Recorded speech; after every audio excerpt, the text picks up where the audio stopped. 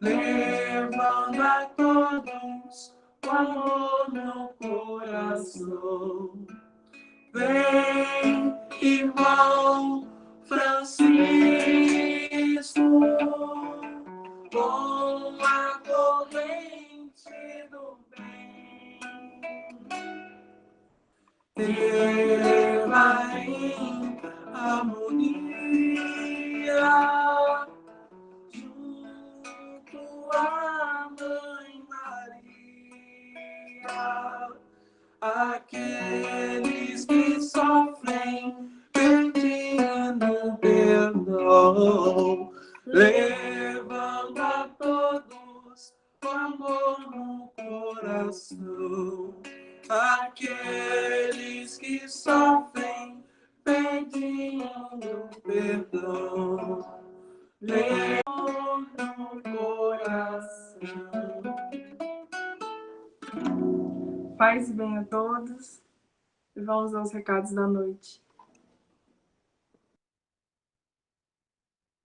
Boa noite a todos. Seja domingo, 19 de julho, e estamos nesse mês comemorando o aniversário da nossa casa, onde o Lar Francisco é plasmada no plano físico. Antes o trabalho já foi todo plasmado no plano espiritual. E esse mês, no próximo dia 29 de julho, o Lar Francisco de Assis vai completar 9 anos aqui. É um prazer fazer com que cada um que esteja conectado a essa corrente do bem seja um elo de vibração, de amor, porque essa é a proposta da corrente do bem. Para na hora da nossa prece, na hora da nossa irradiação, aumentar o padrão vibracional da nossa casa, da nossa família, e também que isso possa reverter a sua divulgação, porque hoje no telefone, eu falando com ele, eu falei, nossa, doutor, você não para, está direto, né? Todo dia a gente está recebendo divulgação em cada tema mais interessante do que o outro. E quando ele me mandou essa divulgação, que eu olhei esse tema, na mesma hora eu mandei para ele uma mensagem, eu falei, tem como fazer esse tema no Lar Francisco de Assis? Porque eu fiquei assim, apaixonada pela chamada do tema, e eu tenho certeza que ele hoje vai estar aqui conosco, trazendo essa abordagem de uma forma científica, muito esclarecedora, e com certeza sairemos daqui mudando a nossa forma de pensar, de agir, de vibrar com o nosso organismo para buscarmos a nossa saúde integral. Então, doutor Rubinho, seja bem-vindo. Após a prece inicial, eu passo a palavra para o senhor, ok? E antes de começarmos a nossa prece, a gente sempre pede para vocês pegarem aquele copinho com água, aquela garrafinha, porque quando estamos aqui reunidos na hora da corrente do bem, e que a gente abre as portas espirituais da nossa casa para que a espiritualidade entre, é como se estivéssemos realizando um grande evangelho no lar. E a espiritualidade vem e nos visita.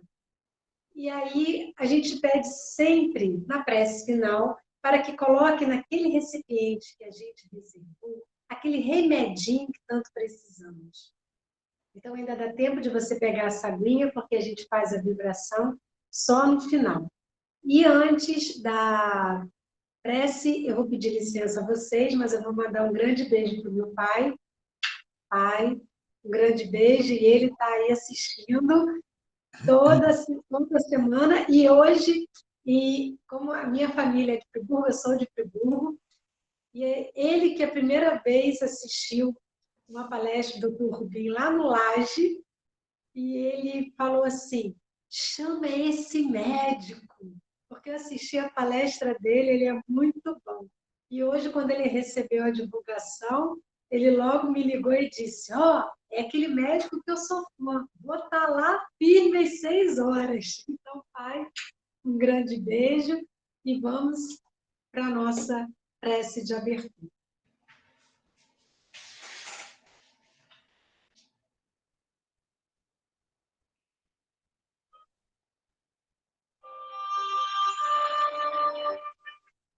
Jesus disse Eis que eu estou à porta e bato.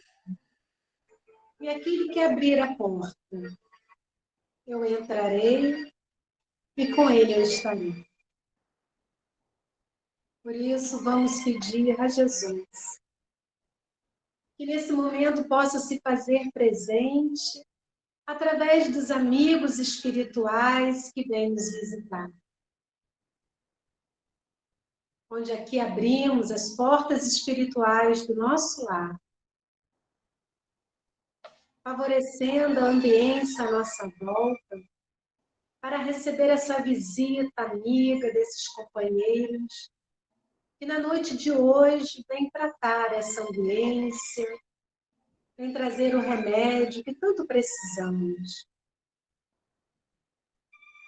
E hoje, nessa abordagem tão importante, que o Dr. Rubim vem nos trazer, que possamos aqui colocar mentalmente as nossas intenções, aquelas pessoas que estão enfermas, debilitadas, acamadas, hospitalizadas, para que as nossas preces, as nossas vibrações, as nossas intenções reverberem a cada um deles.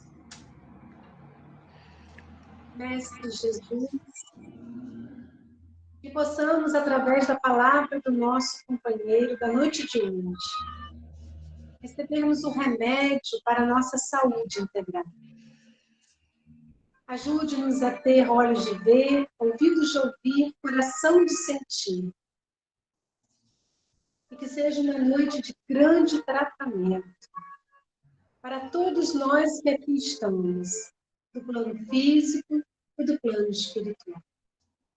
Que Francisco de Assis envolva o nosso convidado de hoje, para que ele seja uma grande ferramenta a falar na vida de todos nós.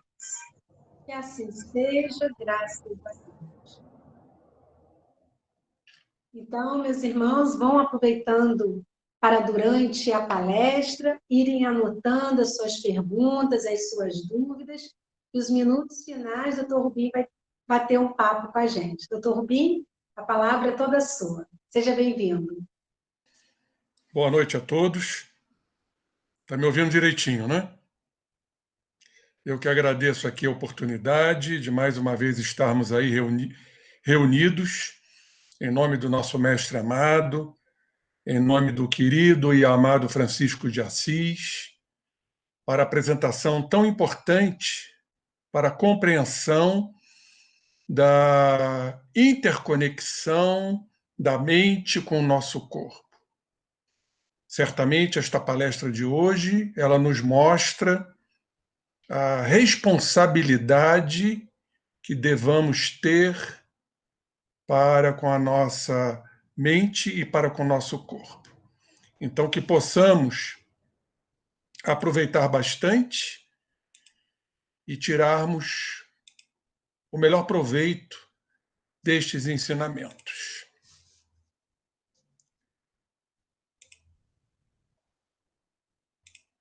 Bom, aí está um dos livros consultados, esse fantástico livro, de onde eu tirei uma boa parte da minha palestra, O Segredo de Nossas Células, da doutora Sondra Barrett, bioquímica, pós-doutorada em imunologia norte-americana.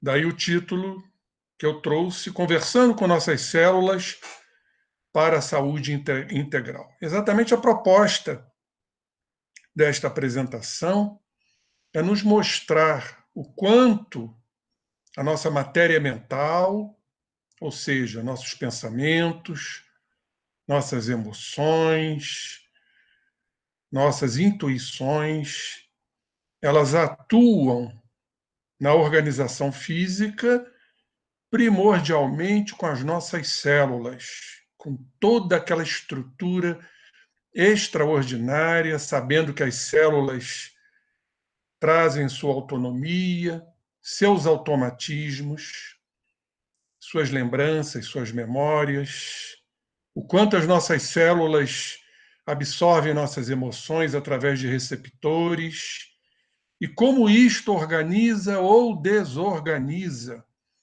o nosso arquipélago celular de 100 trilhões de células que agem em conjunto, concomitantemente, em harmonia. Tanto isso é verdade que, se nós separarmos uma célula deste grande contingente e a colocarmos em laboratório, em placas especializadas, chamadas placas de Petri, ela vai sobreviver um certo tempo, mostrando, então, o quanto ela tem a sua individualidade, o quanto ela sobrevive por si só até um certo tempo, porque ela funciona em conjunto com essas 100 trilhões de células outras, mostrando esse alto poder organizacional que todos nós temos. Isso vai nos responsabilizando cada vez mais, porque fica a pergunta: o que estamos fazendo com nossas células? E o mais importante, que estou trazendo aqui a vocês, é que a ditadura dos genes, do núcleo da célula, perdeu completamente a sua força, embora tenha a sua importância. É um compartimento onde trazemos nossas tendências, nossas predisposições, que herdamos, muitas vezes, de nossos pais, ou, consequentemente, de vidas anteriores, e que poderão ali ficar compartimentalizadas. É um app, um aplicativo, que nós vamos acionar ou não. Tudo dependerá da nossa energia mental. Então, esse estudo nos mostra a ascendência do espírito sobre o corpo, que, por sua vez, reage sobre o espírito. E esses fundamentos altamente revolucionários para a biologia contemporânea, para a genética, para a medicina, para a psicologia, enfim, para todas as cátedras relacionadas à saúde física e mental, esses estudos se fundamentam nessa nova teoria revolucionária chamada epigenética. Pois a epigenética nos mostra a influência do meio ambiente, da natureza, dos nossos pensamentos, das nossas emoções sobre a nossa organização celular.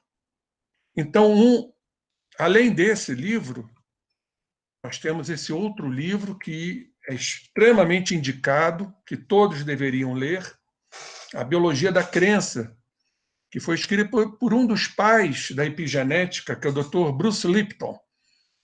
E ele nos traz exatamente essa conceituação epigenética como grande epigeneticista que o é.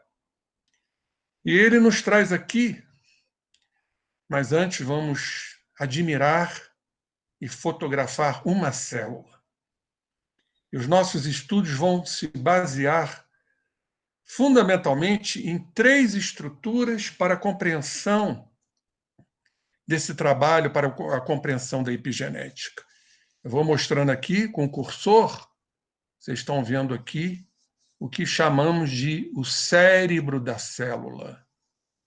É a membrana citoplasmática. E a membrana citoplasmática, ela vai absorver informações, não vamos falar da questão material, dos nutrientes, das enzimas, das proteínas, dos sais minerais, mas vamos falar de informações psíquicas que chegam aqui exatamente na extremidade da célula, nessa estrutura maravilhosa, fantástica, que é a membrana citoplasmática. Aí existem 2 proteínas, chamadas proteínas de integração da membrana citoplasmática. As que recepcionam, e claro, será recepcionado aquilo que tem que ser recepcionado, de acordo com a textura da célula, com as informações que a célula nos traz no seu interior. Então, essas proteínas, elas vão absorver, vão assimilar, vão recepcionar essas informações.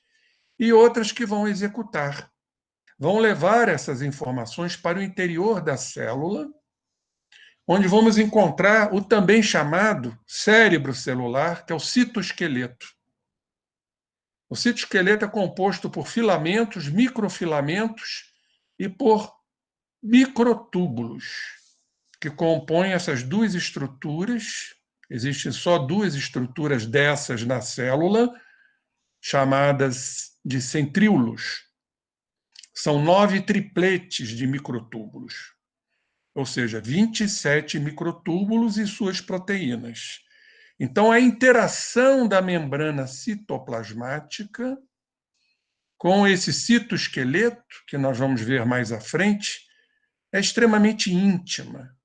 Então, dependendo da energia que aí chega, e que precisa passar por um processo de transdução, transformar uma energia sutil numa energia material, chamamos isso de transdução, a ligação dessas duas organelas, dessas duas estruturas, desta célula chamada eucarionte, que ela é mais complexa que a das bactérias, que é procarionte, elas são muito íntimas. E não podemos esquecer essas duas composições aqui, essas duas estruturas que também têm ligação com esta energia.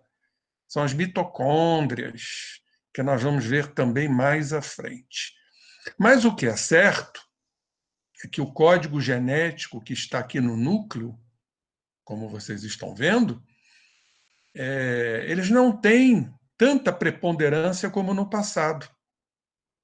Eles sofrem a ação, né, dessas estruturas citoplasmáticas, do citoplasma, no desencadeamento ou eclosão de fatores, de predisposições, de tendências, ou não. Então, a ditadura dos genes, ela caiu. A visão hoje moderna, ultramoderna, é da epigenética. Falaríamos ainda bastante sobre esta célula eucarionte, mas o importante é entendermos essas ligações. E não podemos nunca esquecer também que a mitocôndria traz um DNA mitocondrial com íntima ligação com DNA nuclear. Enfim, tudo está interligado. Nada é separado, nada é separado, vamos dizer, destrinchado, né? Mas sim, tudo está interligado. Uma coisa sobre outra coisa, que é esta visão sistêmica que devamos ter, não só da célula, como do corpo, como da vida. E aqui eu trouxe uma frase do Bruce Lipton, que diz o seguinte: as crenças controlam a biologia. Eu chamo isso de uma frase lapidar. É como se fosse uma lápide, para que a gente guarde isso, definitivamente. Não é acharmos que somos escravos do código genético, da herança dos pais, é porque meu pai é diabético, eu também vou ter o diabetes, não é porque meu pai é hipertenso, eu vou ter a hipertensão. Sabemos que muitas vezes isso não acontece. Somos filhos de pais diabéticos e não nos tornamos. Somos filhos de pais hipertensos e não nos tornamos. Somos filhos de pais que tiveram câncer e não vamos tê-lo. Então, isso é muito importante nós entendermos. E o que leva a isso, senão as nossas crenças, que vão controlar o nosso corpo, que vão controlar nossas células? As crenças são os nossos padrões comportamentais, a nossa forma de ser, nossas idiosincrasias, nossas personalidades, nossos caracteres morais, enfim, isso tudo forma esta estruturação denominadas de crenças. São elas que vão controlar a nossa organização física. Então, não seremos mais escravos. A ditadura dos genes definitivamente ruiu. Temos que partir agora para a nossa responsabilidade de controlarmos nossas crenças, de modificarmos nossas crenças E aí, como sabemos, entra o processo de autoconhecimento, de aceitação, consequentemente, de transformação moral. Se tivermos crenças positivas, se tivermos crenças altamente alistadas, centradas nas leis de Deus, vamos ter, obviamente, um corpo mais sadio, mais reluzente, mais alegre, muito mais feliz. Isso é fundamental. E com isso nós vamos desenvolvendo aquela fé, a fé raciocinada, aquela fé que nos indica o caminho, mesmo que durante esta jornada, durante esta caminhada, passemos a lidar com dificuldades, com tropeços, com pedras, com sarças, espinheiros, mas sabendo que lá na frente vamos ter o fruto do nosso esforço, da nossa perseverança, do nosso trabalho fervoroso, irrecusável, corajoso, intrépido. Nós já antecipadamente, nós temos uma área cerebral que nos mostra isso, circuito da recompensa, já antecipamos pequenas vantagens para a nossa mente. A recompensa já começa a se efetuar. O circuito da recompensa já começa a ser ativado. A fabricação, a síntese de dopaminas, serotoninas, ela será muito mais vultosa, muito mais possante, muito mais vigorosa.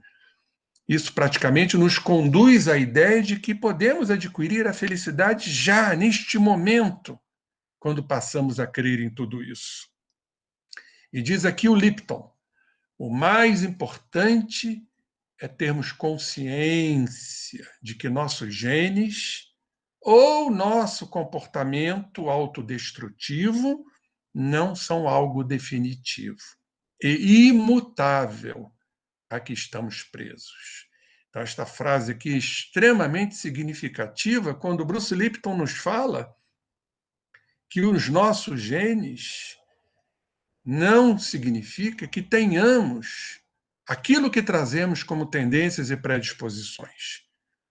Ou seja, os genes não são imutáveis. Não é um carimbo que vai nos dizer que vamos ter aquilo. Assim como ele parte para a área psíquica, nossos comportamentos de autopunição, de autodestruição, de autoflagelo, de sentimentos de culpa, de fixação de culpa, também não é definitivo, desde que queiramos romper, como diz André Luiz, este circuito fechado, esse circuito autolimitante, em que nos inserimos muitas vezes por preguiça, ou então a chamada zona de conforto, que ainda é melhor do que algo que desconhecemos. Então, nada é fixo, nada é imutável. A partir do momento que passamos a entender tudo isso, certamente, companheiros, a alegria, o bem-estar, a felicidade bate às nossas portas. E diz ele aqui, estudando essas comunidades celulares, cheguei à conclusão de que não somos vítimas de nossos genes, e sim donos de nosso próprio destino, capazes de criar uma vida cheia de paz, felicidade e amor. Então, meus queridos amigos, onde se encontram esses valores tão belos? Em nós. Não é fora de nós. Não é esperando dos genes, não é esperando da família, não é esperando dos filhos, não é esperando da sociedade, não é esperando dos governos, mas esperando de nós mesmos, a partir do momento que entendemos essa possibilidade epigenética de criar uma vida cheia de paz, felicidade e amor, que certamente vai se trasladar para a organização física. Mente saudável, mente feliz, mente amorosa significa corpo nas mesmas condições, em iguais condições que a nossa mente. Aqui está apenas a título de um dos cromossomos, os 46 que nós temos, herdamos 23 do papai, 23 da mamãe, tá? Esse é um dos cromossomos, com o chamado DNA, que todos conhecem, ácido desoxirribonucleico, que é composto por bases nitrogenadas, com seus aminoácidos extremamente anexados, adenina com timina, citosina com guanina, uma base fosfato, um açúcar, que no caso do DNA desoxirribose, e aqui estão os nossos genes em um cromossomo de 46 de 100 trilhões de células. Vejam a vastidão que isso representa. Ainda conhecemos muito pouco do corpo, muito pouco. Mas certamente os estudos vêm a nos mostrar e vêm nos mostrando que estamos avançando neste campo de pesquisa, de conhecimentos. Hoje, né, já que somos um pouquinho da velha guarda, já vimos uma diferença gritante, abissal, entre o que sabíamos há 20, 30 anos e o que sabemos hoje. E o Dr. Bruce Lipton continua aqui a nos dizer: não são os hormônios e neurotransmissores que são controlados pela nossa genética, pelos nossos genes, que dirigem a nossa mente, nosso corpo e nossa vida, mas as nossas crenças, a matéria mental, a energia mental, o que o espírito emana para o perispírito e, subsequentemente, para o corpo. É a nossa forma de ser que é modificável, que é alterável, desde que exercitemos tudo isto. Sabemos o quão é difícil este projeto, porque não raro incorremos nos mesmos erros, nas mesmas faltas, o que fez Paulo, o apóstolo, a nos dizer: o bem que eu quero fazer, eu não faço. No entanto, o mal que eu não quero fazer, este eu faço. São os condicionamentos, são as cristalizações que estão em nós, mas que, passo a passo, a pouco e pouco, como diz a querida mentora Joana de Ângeles, vamos vencendo essas couraças retentivas. Ele aqui diz: sim, homens de pouca fé. São nossas crenças que comandam nossa existência. A partir do momento que passamos a crer nisso, através desses estudos, vamos desenvolvendo a fé inquebrantável, que vence a razão, que encara a razão face a face em qualquer época da humanidade.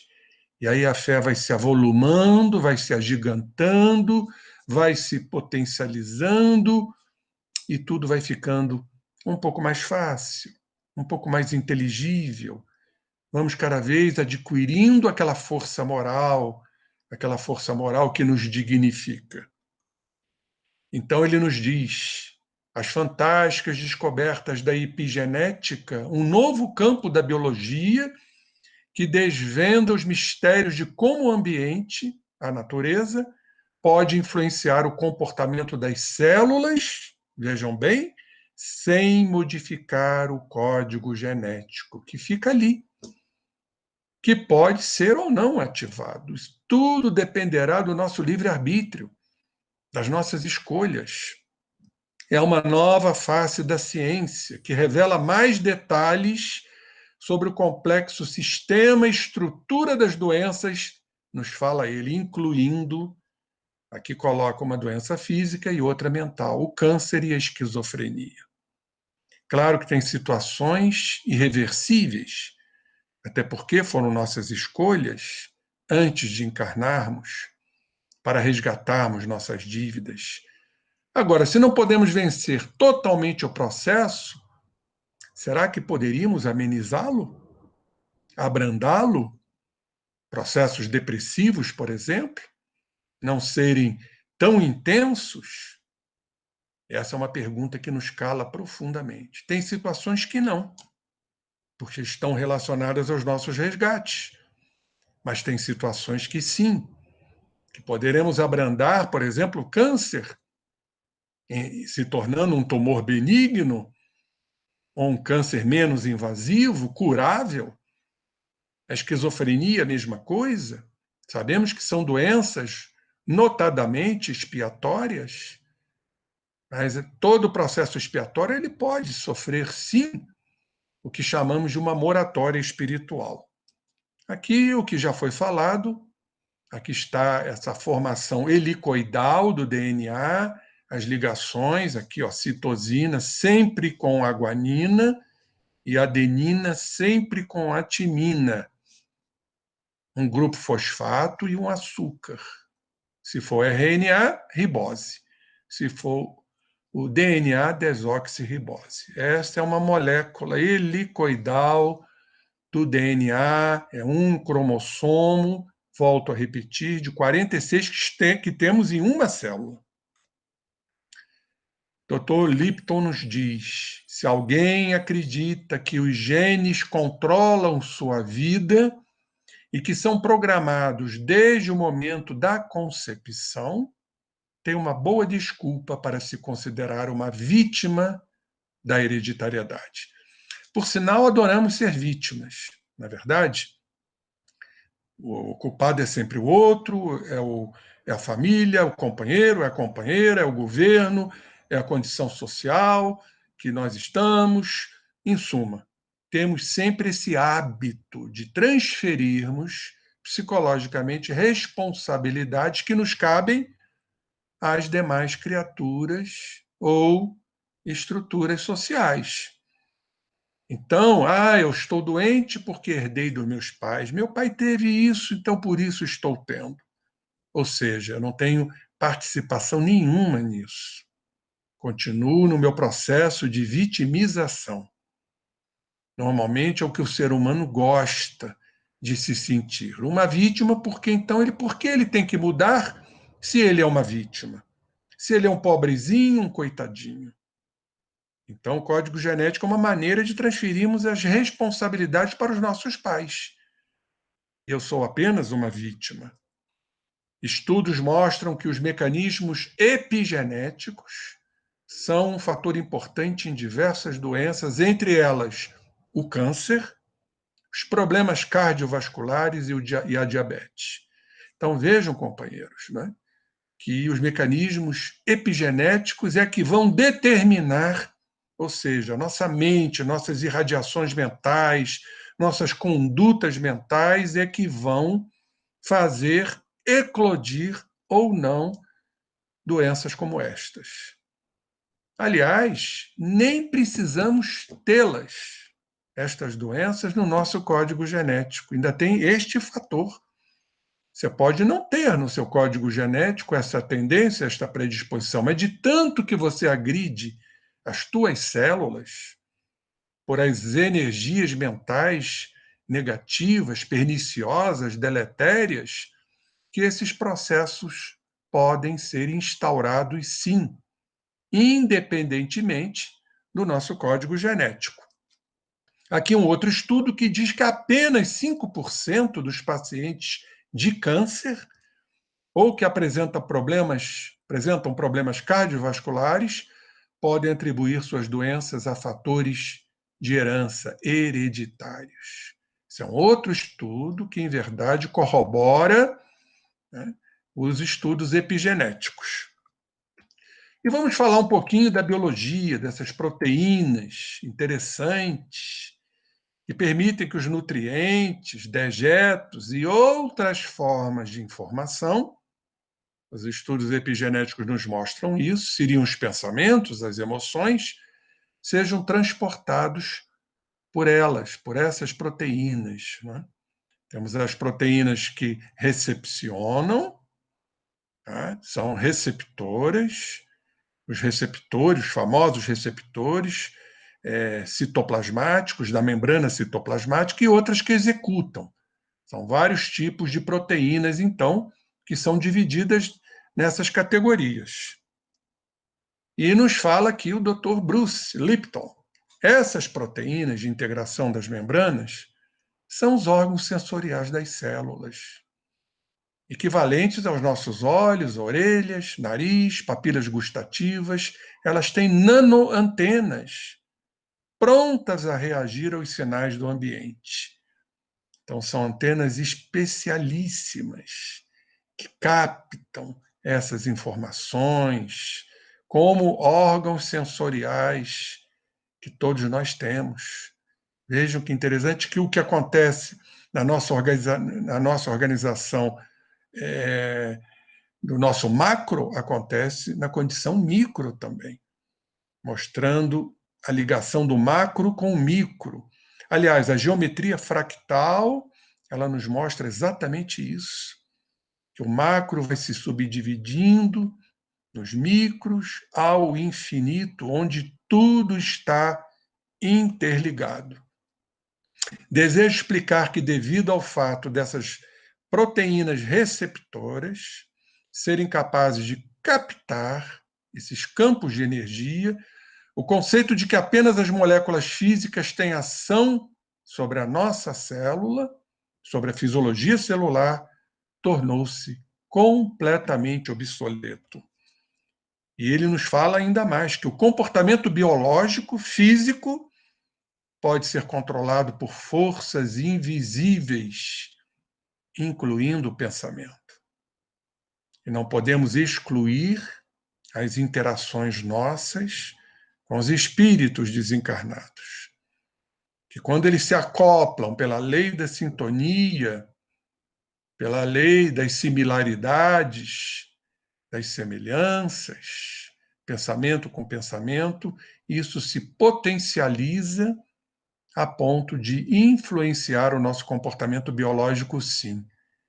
E claro que se mudarmos nossos pensamentos, vamos atrair espíritos de melhores condições, hierarquicamente avançados, que também vão se potencializando conosco para que as nossas estruturas celulares, nossos arquipélagos celulares, sejam beneficiados.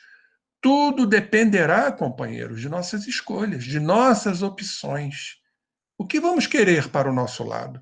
Espíritos de luz ou espíritos obscuros e sombrios?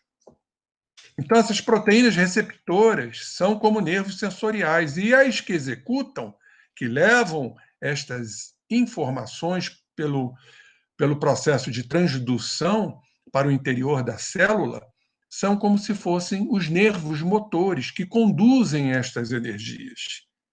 E ambas, juntas, agem como um interruptor que traduz os sinais do ambiente e coordena fundamentalmente, basicamente, o comportamento celular.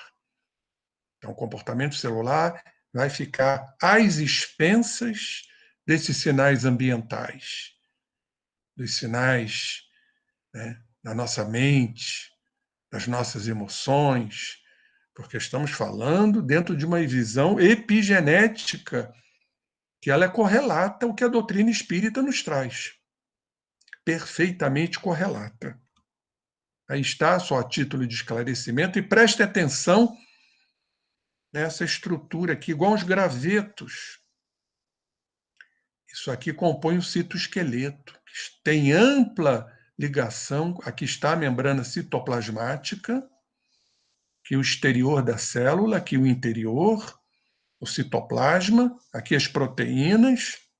E olhem a ligação, ou as ligações, desses gravetinhos aqui, que compõem o citoesqueleto, são filamentos, e tem os microfilamentos, e os microtúbulos com as suas proteínas, que vão compor essa estrutura chamada citoesqueleto, ou citoesqueletal, no equilíbrio, nas informações, na transmissão, na atuação no código genético, tudo agindo conjuntamente, dependendo, obviamente, das nossas condições mentais, positivas ou negativas. Aí está mais uma uma fotografia aqui, um slide dessa membrana citoplasmática. Aqui estão as proteínas de integração da membrana. Acompanha aqui o cursor. Olha aqui os filamentos que eu falei agora há pouco, do citoesqueleto. Perfeito? E aqui o citoplasma. Essa estrutura em bege aqui é o citoplasma. Somente nos últimos anos, os cientistas perceberam a importância dessas proteínas de integração, as que recepcionam e aquelas que executam, lá na membrana citoplasmática. E o estudo acabou se tornando um campo específico da ciência chamada transdução de sinais. Exatamente isso, a transformação de uma energia sutil do pensamento numa energia eletroquímica materializada, para que a célula possa sofrer a interpretação devida destas energias que chegam.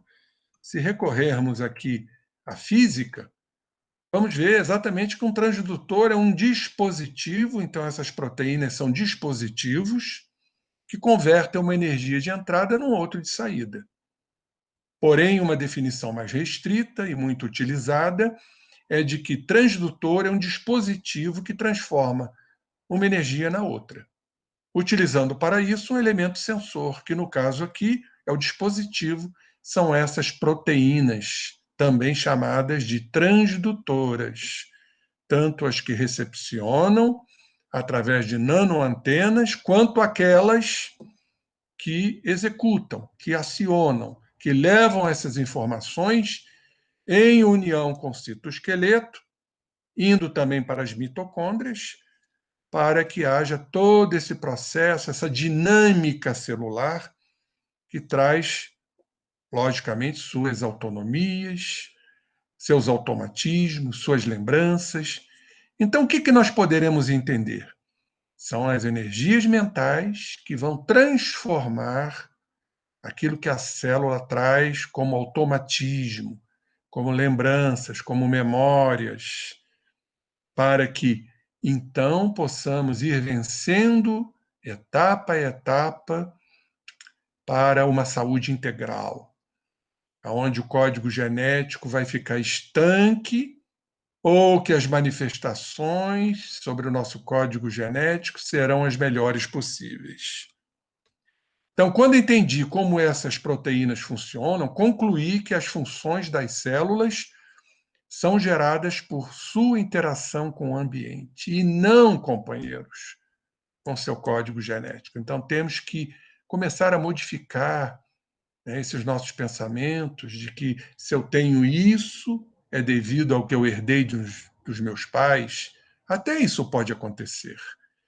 Mas essa nova filosofia, esse novo estudo, esta nova ciência veio revolucionar todos os campos da medicina, da psicologia, da biologia, da genética.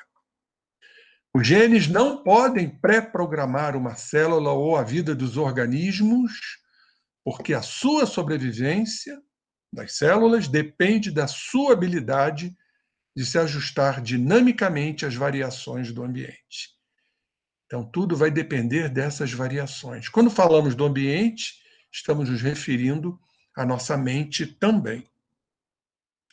Então, o fato de a membrana citoplasmática interagir de uma maneira inteligente, porque passa a ser uma maneira inteligente, por isso que André Luiz nos fala em evolução de dois mundos, que as células trazem sua consciência, que a ciência hoje está comprovando. São unidades de consciência, seus automatismos, com suas autonomias, com a sua independência, claro, dentro de limites, né? Sabemos que são exequíveis de nós entendermos. Então, a membrana vai interagir de uma maneira inteligente com o ambiente para alterar o comportamento da célula.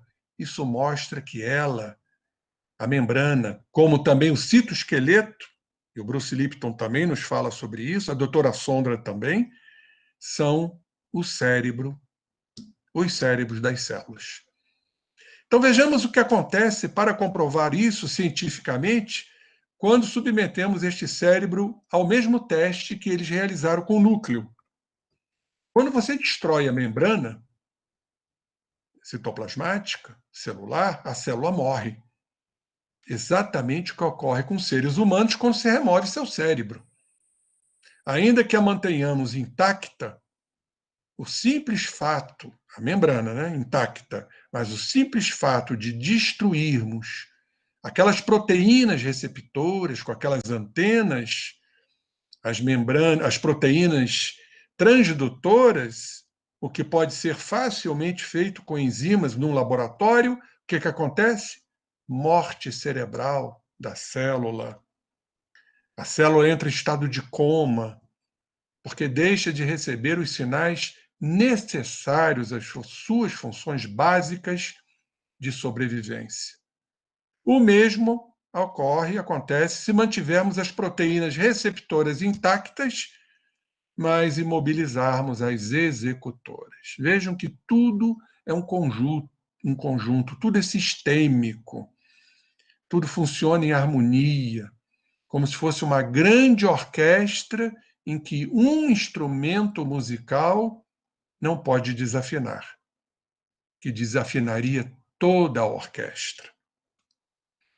Outra variedade de proteínas executoras, aquelas que já estão no citoplasma, são as proteínas citoesqueletais, lá as tubulinas dos microtúbulos que compõem o citoesqueleto, porque regulam o formato e a mobilidade das células. Então, vocês estão vendo como tudo age conjuntamente. É como se fosse uma grande comunhão neste processo. E vamos começar a entender e a sempre entender que a mente, o espírito, o perispírito, o corpo, a organização física, ela funciona em conjunto. Isso nos leva e nos remete à chamada medicina holística.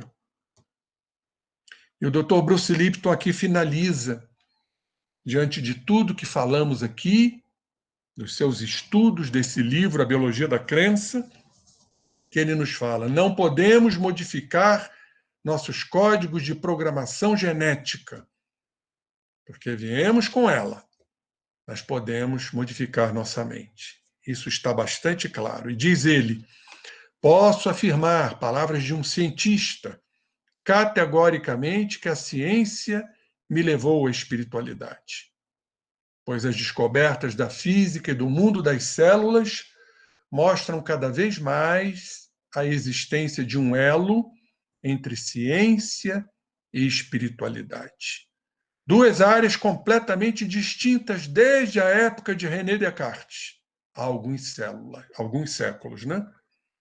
Mas tenho certeza, diz ele, de que quando as duas forem novamente reunidas, e já estão se reunindo, a medicina espiritual, a medicina holística, ciência, espiritualidade, saúde, espiritualidade, dentro de uma compreensão viável, uma compreensão lúcida, coerente, nós vamos ter um mundo muito melhor. Não só o mundo relacional, mas o mundo interno, muito melhor. As montanhas que Jesus fala. E vamos dizer para as montanhas: transportam-te daí para ali, e elas se transportarão. São as nossas dificuldades, nossos conflitos. Só vamos mudar, ou contribuir para a mudança do mundo externo, se mudarmos internamente, companheiros. Daí Kardec ter feito aquela significativa pergunta aos espíritos: qual o método mais eficaz para nos melhorarmos nesta existência e resistirmos à tentação do mal? Pergunta ele: qual o método mais eficaz? Significa que não há outro. Este é insuperável. O método mais eficaz. Qual é o melhor? Qual é o método campeão? E a resposta foi muito clara. Santo Agostinho, um sábio da antiguidade, parafraseando Sócrates, volou disse: conheça-te a ti mesmo. Então, se mudarmos este mundo interior, mudarmos nossos conceitos, nossas crenças, o corpo, obviamente, vai acompanhar todo este processo. Vamos um pouquinho da doutora Sondra, que é exatamente corroborando o que o Bruce Lipton nos falou, o que falamos até agora, só mais a título de abertura, de conhecimento, ela nos diz que incrustada na estrutura de nossas células há uma teia translúcida, dinâmica, que vai decidir a direção da célula.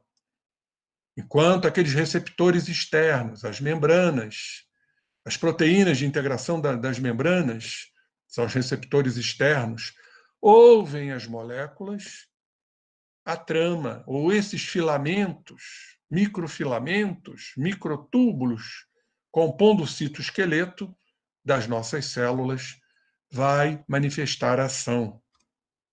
Então, conectando o interior da célula ao exterior, esses filamentos vão vibrar, vão empurrar, vão puxar, vão se organizar ou vão se desorganizar, com tua ação compatível, agindo sobre o nosso núcleo, a membrana nuclear, aquelas proteínas, as histonas, e, consequentemente, no código genético, e vai orientar a célula para que ela realize o que se espera dela.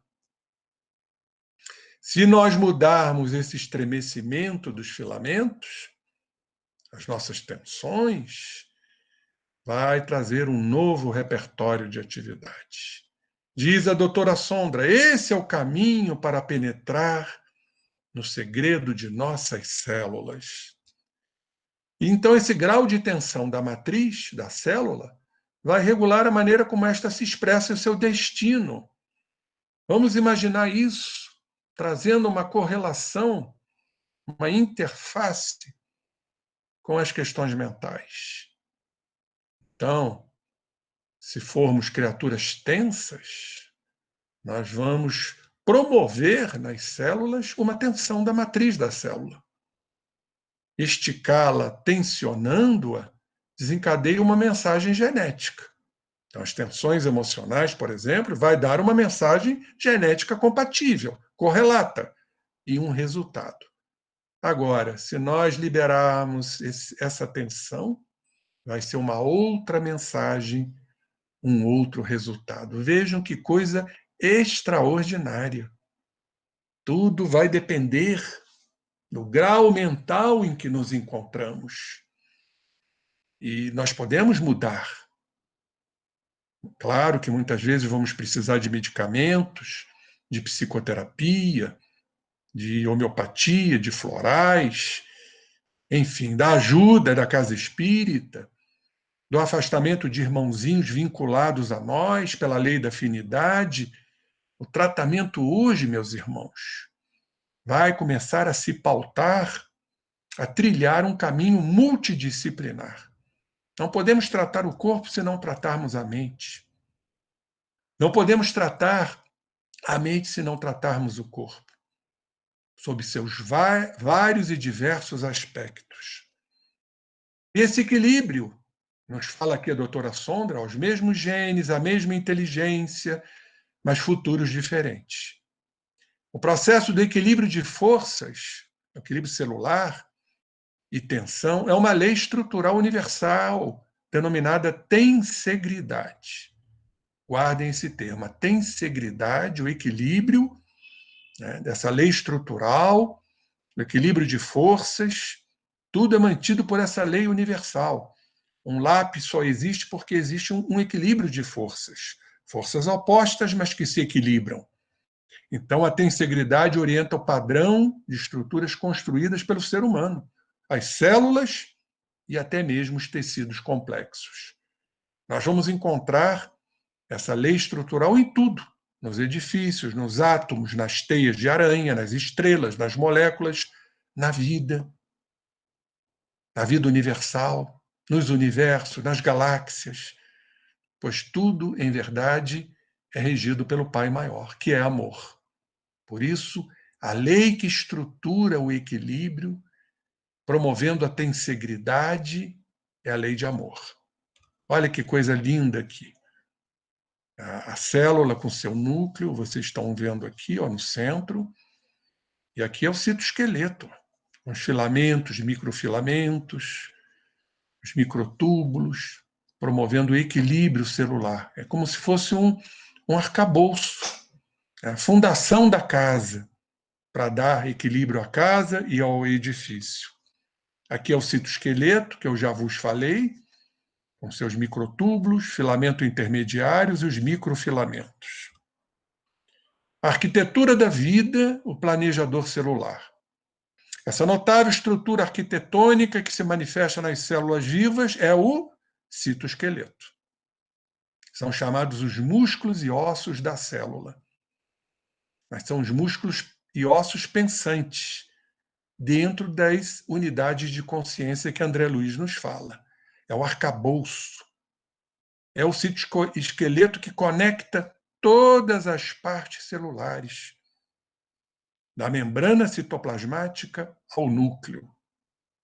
Olha aqui um exemplo disso, o núcleo, os microtúbulos em verde e uma proteína chamada actina em vermelho. Vejam que coisa maravilhosa esta fotografia. É aqui o tal edifício, né? A tensegridade. Então, temos os microfilamentos, que são compostos por proteínas actínicas. Aqui estão os microfilamentos e os filamentos intermediários. São aqueles gravetinhos que vocês viram. Nos filamentos intermediários, as proteínas são tipo queratina. E os microtúbulos, que vocês estão vendo aqui, que formam centríolo celular. E tudo isso estrutura as organelas, dá o equilíbrio às organelas celulares, como a mitocôndria que vocês estão vendo aqui, mas trazendo íntima ligação. Aqui é a mesma coisa, aos microfilamentos, os intermediários, os microtúbulos e as organelas imobilizadas, sustentadas pelo citoesqueleto, que traz ligação muito íntima com a membrana citoplasmática. Então, vamos supor, a energia que chega na membrana citoplasmática, as proteínas de transdução, as receptoras, as que executam, vão levar esta energia transduzida para o interior da célula, para o citoesqueleto, e, consequentemente, para essas organelas, incluindo a mitocôndria, como também para o código genético, levando energias com teores positivos ou negativos. Isso tudo vai estar de acordo com a nossa forma de ser, com as nossas crenças, né, com a nossa formação psicológica que carregamos. Então, o citoesqueleto evita que a célula se desestruture. Perfeito? É igual a fundação do prédio, realmente. A matriz do citoesqueleto, olha o que ela faz. Transporta moléculas, coordena informações e regula o código genético, que vai ficar às expensas do citoesqueleto, da membrana citoplasmática e da energia mental, porque estamos falando de mente, que aí chega. Tendo a capacidade de equilibrar o movimento da célula, que a doutora Sondra chama de empurra e puxa, ele, o citoesqueleto, é o mais novo candidato como sede da inteligência celular, bem como da consciência. Não podemos esquecer que o Bruce Lipton fala também do cérebro celular como sendo a membrana citoplasmática em união, em comunhão com o citoesqueleto. Olha aqui a composição de um centríolo, perfeito, com 9 tripletes de microtúbulos, onde estão as proteínas chamadas tubulinas, que compõem o citoesqueleto. Olha que fotografia bonita, 9 tripletes, ou seja, 27 microtúbulos, com as suas proteínas, as tubulinas, formatando um centríolo de 2 que cada célula carrega.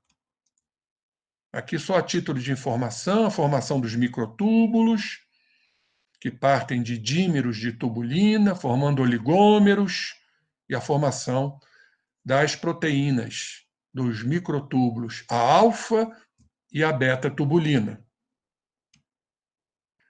Portanto, a matriz subjacente do citoesqueleto desempenha papéis que vão muito além da regulação do código genético. É ela que promove mudanças de forma e transformação de energia. Há quem diga que é a sede da consciência. Estamos já chegando no finalzinho, um pouquinho, uns 2, 3 minutinhos a mais para fecharmos o nosso raciocínio. O Prêmio Nobel Francis Crick e o físico de fama internacional Sir Roger Penrose juntaram-se a Albert Biller para propor que os centríolos transmitem informações ao alterar sua forma. É o fluxo de elétrons. Já aí são elétrons mais materializados, os impulsos eletroquímicos, de uma extremidade à outra de seus túbulos. De acordo com esses cientistas, o fluxo de elétron através dos microtúbulos de nossas células é a consciência. Aí está Dr. Francis Crick e Sir Roger Penrose. Consciência. O que é isso? Onde está? Uma ideia sobre a qual a grande concordância é que quando estamos acordados e conscientes, temos uma consciência, é óbvio. Quando estamos dormindo, essa consciência é abolida. Estamos ali repousando e restaurando nossas energias. Então, partindo desse pressuposto, Penrose e um anestesiologista, Stuart Hameroff, exploraram a teoria de que os microtúbulos estão envolvidos na consciência humana. Como? Aí está Stuart Hameroff. Hameroff forneceu indícios celulares com a investigação dos efeitos da anestesia, pelo éter e pelo halotano, que paralisam os microtúbulos nas células cerebrais e induzem o sono. Então, está claro aqui, quando perdemos a consciência, quando estamos anestesiados, os microtúbulos se paralisam. Ou seja, a consciência celular se paralisa porque a consciência mental foi paralisada. Olhem que coisa maravilhosa esse trabalho, esse estudo científico. O estado desperto, consciente, é suspenso quando estamos anestesiados ou quando estamos dormindo, enquanto as funções cerebrais de sobrevivência continuam ativas. Claro, estamos ainda num estado de sobrevivência. Assim, quando os microtúbulos do cérebro são paralisados pelos anestésicos, desaparece a consciência humana. Então, temos aí uma correlação da consciência humana quando é paralisada, assim como quando os microtúbulos do cérebro, sob o efeito dos anestésicos, são paralisados. Isso nos leva a crer, e levou a crer esses dois cientistas, que é lá nos microtúbulos que vamos encontrar a consciência cerebral em conexão com a membrana citoplasmática e aquelas proteínas. E para finalizar, companheiros, isso aí daria margem a muitos estudos, só um estudo rápido, lá de Evolução em Dois Mundos, é só um slide, que fala sobre as mitocôndrias, acumuladores de energia espiritual, para fecharmos o nosso raciocínio. O que o nosso querido André Luiz nos fala sobre as mitocôndrias? Por intermédio dos mitocôndrios, que podem ser considerados acumulações de energia espiritual, ou seja, as mitocôndrias ou mitocôndrios, são acumulações de energia espiritual em forma de grânulos. Então, os grânulos mitocondriais, que se encontram nas cristas mitocondriais. E aí nos diz André Luiz, assegurando a atividade celular, a mente, a energia mental, vai transmitir ao carro físico a que se ajusta, durante a encarnação, todos os seus estados felizes ou infelizes. Tudo dependerá da conduta mental, da matéria mental. E vamos equilibrar ou conturbar o ciclo de causa e efeito das forças por ela própria libertadas entre os processos de temperatura, que são mantenedores da biossíntese, os processos endotérmicos. Então, está claro que lá nas cristas mitocondriais, sob a forma de grânulos, certamente vamos ter nossas memórias. E que, dependendo da mente, vamos equilibrar ou desequilibrar. Vamos cumprir o ciclo de causa e efeito ou, repentinamente, aboli-lo ou amenizá-lo. Então, aí vocês já fecham, né, esse circuito de estudos lá da energia que chega na célula, onde estão lá as proteínas, o citoesqueleto, as mitocôndrias, a ligação das mitocôndrias com o código genético, tudo funcionando harmonicamente, de acordo, consentâneo, as nossas energias mentais escolhidas. Claro que tem algumas que não são escolhidas, que vêm do inconsciente. Isso é outro assunto, uma outra conversa.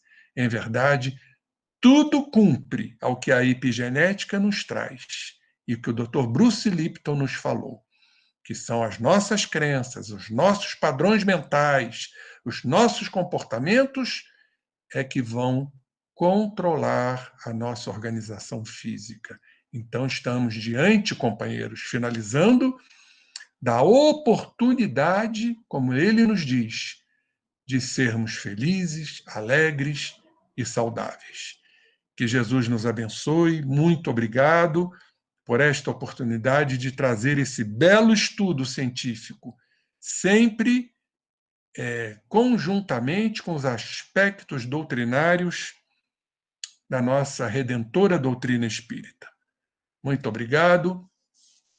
Que Jesus nos abençoe mais uma vez nesta oportunidade. Companheira, estou aí. Foi tudo bom? Não estou te ouvindo. Foi bom demais, doutor Rubinho. Claro que é um estudo, seria um estudo para um pouquinho mais, mas acho que eu fiz uma síntese adequada aí, não é?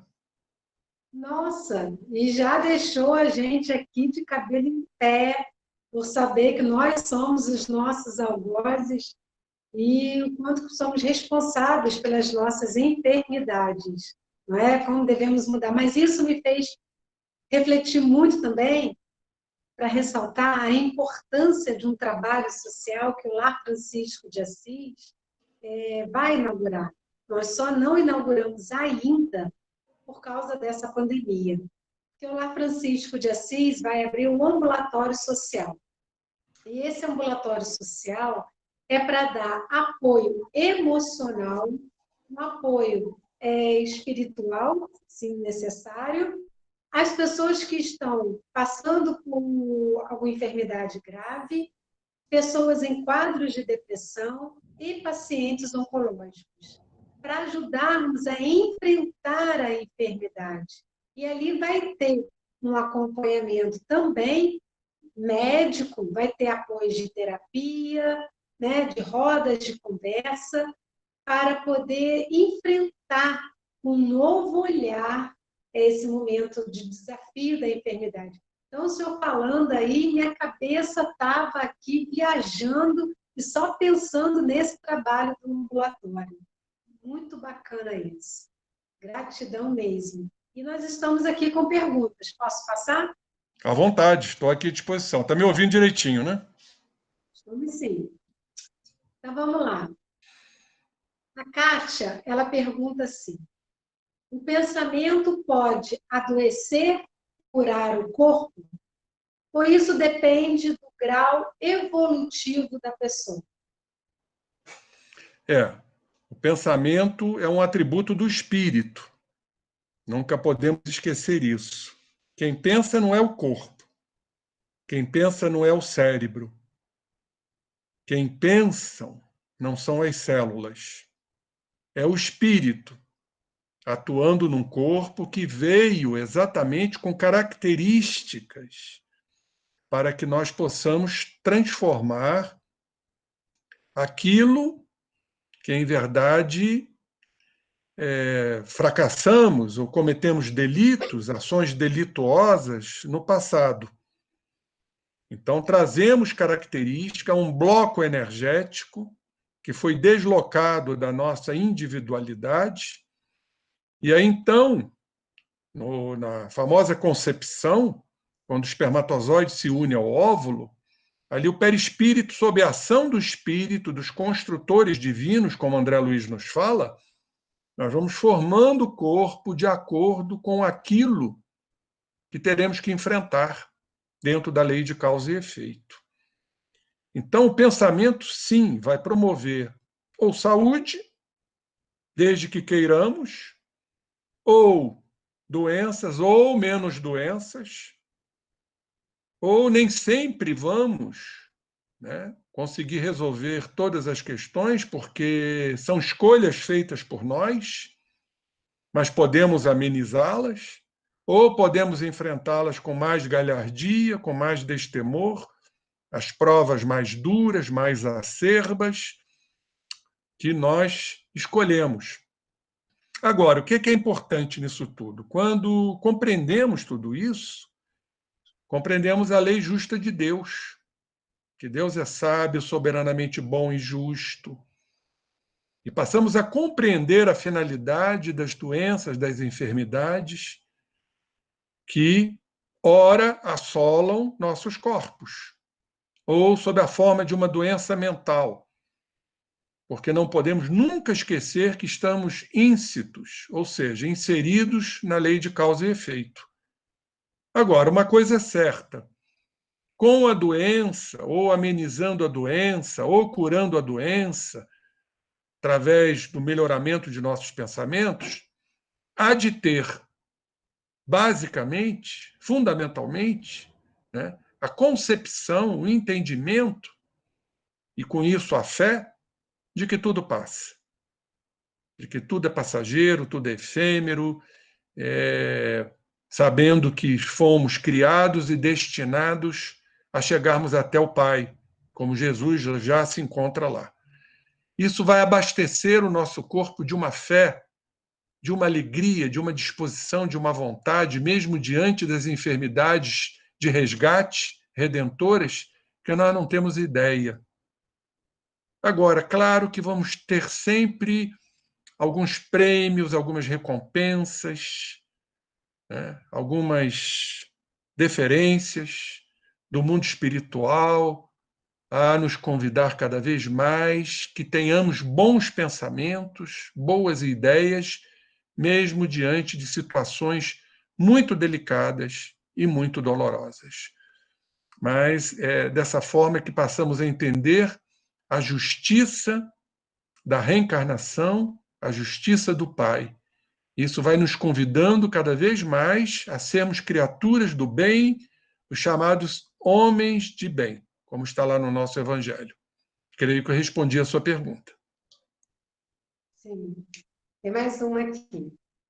No momento de pandemia, como estamos vivendo, como trabalhar esse mecanismo de autodefesa em nosso organismo?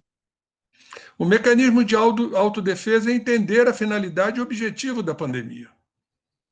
A pandemia veio para retirar alguns irmãos da existência corporal, dentro da lei de causa e efeito? Sim. Mas ela veio cumprir uma outra finalidade, talvez a mais importante, de nós repensarmos a vida, redesenharmos o nosso futuro. Vejo que, embora seja um processo, esse processo pandêmico de dor e de sofrimento, é um processo de união, de solidariedade, de fraternidade. Os lares vão se fortalecer mais, porque vamos ficar no isolamento social, que ainda deva ser praticado. Eu acho que, por muitos não compreenderem a finalidade da pandemia, eu sei que tem um processo econômico de sobrevivência, mas o isolamento social, ele nos convida a nós resgatarmos esse lar que estava destruído, que estava derruído, ficarmos mais perto dos nossos entes queridos, conversarmos mais, situação que hoje pouco se faz, o ser humano não ouve e não conversa, ele está sempre a serviço do seu ego, do império do ego. em processos de ansiedade, que geram processos depressivos. Então, primeiro, compreender que a pandemia veio para cumprir uma finalidade: ficarmos mais juntos, conversarmos mais, dialogarmos mais, além da fraternidade, da solidariedade, de ajudar, de contribuir. Nós estamos fazendo isso, né? Nosso grupo aqui em Friburgo, por exemplo, de trabalhos de radiação, de tantas criaturas desorientadas, criaturas com Covid-19, criaturas com depressão, com tentativas de suicídio, para podermos levantar a condição de esperança, de ânimo, de alegria nas criaturas, com palestras. As lives estão atingindo lares como nunca dantes. Como nunca dantes essas lives ocorreram, porque também não tinham, né? O processo era presencial.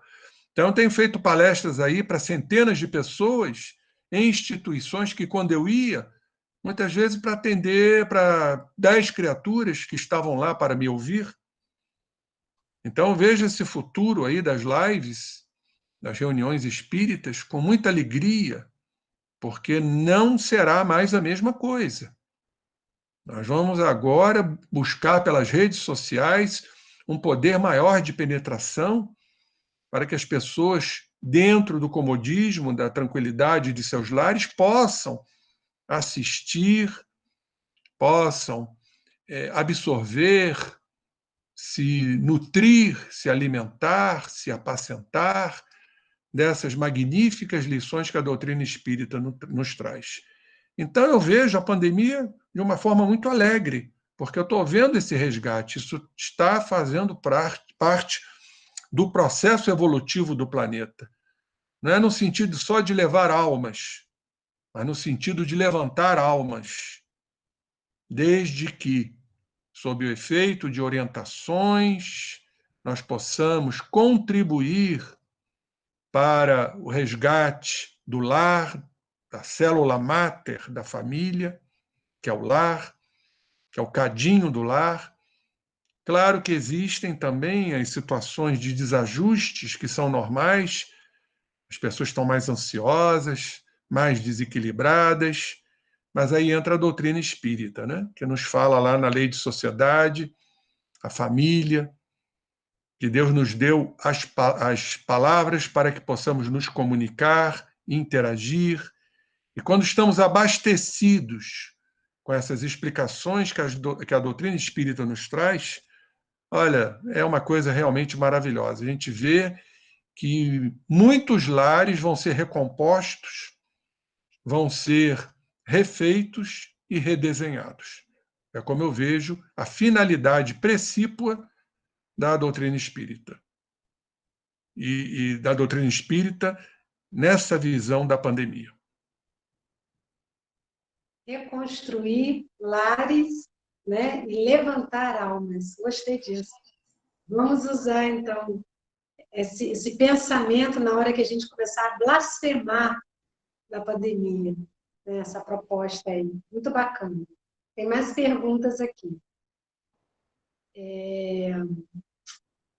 A Débora pergunta: no caso de uma criança com quadro de câncer, podemos entender que a enfermidade não é oriunda e somatizada por seus padrões mentais, ainda em construção, mas sim de uma questão de prova e expiação? Praticamente você disse tudo, né, Débora?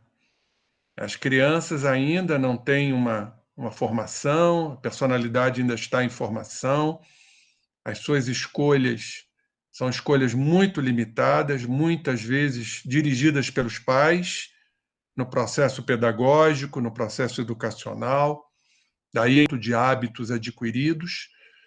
Pestalozzi nos fala da instrução educativa ou educação instrutora, ou seja, a substantivação do verbo instruir, veio a palavra instrução, que quer dizer repetir, repetir, repetir, volver, é a forma como temos que atuar, e por isso a união na família, nos nossos rebentos, nos nossos filhos.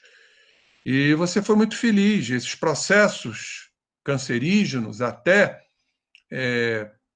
pós-natal, quer dizer, pós o parto, crianças que já nascem com câncer, cânceres infantis, assim como formas teratológicas monstruosas, anomalias, deficiências, anencefalias, por exemplo, em verdade, todos esses processos estão inclusos em quadros de causa e efeito. São muitas vezes escolhidos pelos próprios espíritos antes de encarnar para se adiantarem no processo evolutivo, mediante suas faltas, seus delitos, suas delinquências morais do passado. Agora, eu costumo dizer o seguinte: doutrina espírita, a gente nunca pode e nem deve bater o martelo, viu? Porque a doutrina espírita é de uma diversidade, de uma universalidade que muitos ainda não compreendem. Ah, tá vendo? Nasceu com câncer, deve ter cometido horrores no passado. Nem sempre. Nem sempre. Podem ser espíritos que André Luiz chama de espíritos heróis, que escolhem um câncer para contribuírem com a ciência dos homens. Então, são sacrifícios espirituais. Vão desencarnar cedo, mas para trazerem a contribuição, o sacrifício pessoal para que a ciência cresça e se desenvolva. Vejam bem. E outros, nem sempre são processos expiatórios, podem ser provacionais. Porque a provação, ela normalmente ela cumpre um objetivo, que é o desenvolvimento de virtudes. Então, vamos supor, digamos que eu precise desenvolver a paciência, a resignação, coisa que eu não desenvolvi no passado. Então, escolho uma doença grave, letal, fatal, para trabalhar no período da doença, até a minha desencarnação, o que eu não trabalhei em vida passada. Ou seja, ter paciência e resignação. Então, vejam que as coisas não são assim tão claras como muitos pensam. E nós temos que tomar muito cuidado com as definições, né, com os nossos raciocínios, porque é isso e acabou. É igual aquela história, suicidou-se, vai para o Vale dos Suicidas. Não é assim que funciona. Existem suicídios e existem suicídios. Muitas vezes movidos por uma doença mental. Então, os resgates vão ser mais dolorosos ou menos dolorosos. Nós temos o hábito de qualificar as coisas, né? Colocar os nossos pensamentos, as nossas ideias, muitas vezes reducionistas, muitas vezes restritivas, em relação ao que a gente acha, o que a gente pensa, e para o mundo espiritual não é assim que funciona. Perfeito, minha irmã? Exatamente. Mais umas aqui.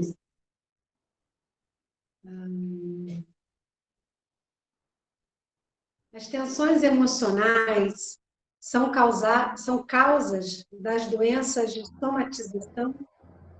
E aí a gente Sim. pode colocar fibromialgia também, né? Eu tenho um seminário sobre fibromialgia, né? Fibromialgia é uma doença da consciência, da mente, né? Com repercussão, uma doença musculoesquelética, nos grupamentos musculares, né? Onde vamos encontrar também, associado a essas dores, as fadigas, né? Os não completos. Não é que haja insônia, mas é um sono que não te planifica, né? Mas, normalmente, quando a gente fala de doenças físicas, nós temos sempre que pensar na mente. Não é porque existam doenças só do corpo ou só da mente. É muito difícil nós separarmos. A visão hoje é uma visão de interconectividade. É uma visão onde há uma união entre mente, né? Espírito, mente, vamos assim dizer, perispírito e corpo físico. Está lá na definição do Espírito Jorge, cuidar do corpo e da mente. Está lá no Evangelho segundo como cuidar da mente e vice-versa. É uma via de mão dupla. Então, às vezes, uma mínima doença é fruto de um desequilíbrio que passa despercebido. Por exemplo, uma gripe comum, um resfriado comum, significa que o nosso sistema imunológico ele estava deprimido para que essa carga viral se multiplicasse, se proliferasse. Perfeito? E sabemos da relação do sistema imunológico, do sistema de defesa, com o estresse, com os hormônios do estresse. Então, às vezes, são momentos de estresse que nós passamos e que nós dizemos, não, eu estava ansioso, eu estava nervoso, eu estava um tanto desequilibrado e pronto, passou. A gente normalmente passa por cima em relação àquilo que não nos interessa ver e não nos interessa aceitar. Mas todos nós passamos por esses altibaixos, como diz Joana de Ângeles. Ora estamos muito bem, ora não estamos bem, ora estamos um pouquinho melhor, ou então ora estamos um pouquinho pior. E são essas alterações, tanto da mente como do corpo, em sua composição, seus hormônios, que podem abrir campos às doenças. Então, eu diria, sem pestanejar, todas as doenças são psicossomáticas. De alguma forma são. Você pode estar certa disso. Vamos para a próxima aqui. Como trabalhar esse processo com o paciente já em cuidados paliativos? Que abordagem realizar sem entrar na questão religiosa e enfoque da cura perispiritual? Nós não precisamos falar de espiritualidade. Mesmo que, às vezes, o doente não aceite esse termo, são as nossas condutas mentais, nossas atitudes que serão espirituais. Então, eu vejo aí, em relação aos cuidados paliativos, aos doentes graves, aos doentes comatosos, aos doentes... Enfim, em quaisquer situações, não precisamos chegar lá, aplicar um passe, não precisamos levar água fluidificada, nada disso.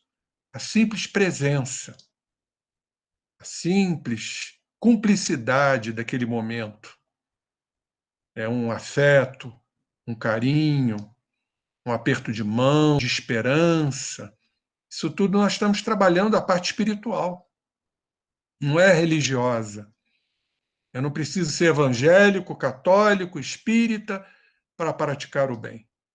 Mas a partir do momento que lá estamos, se houver oportunidade, ao nosso serviço de capelania, por exemplo, hospitalar, atendendo à especificidade de cada um.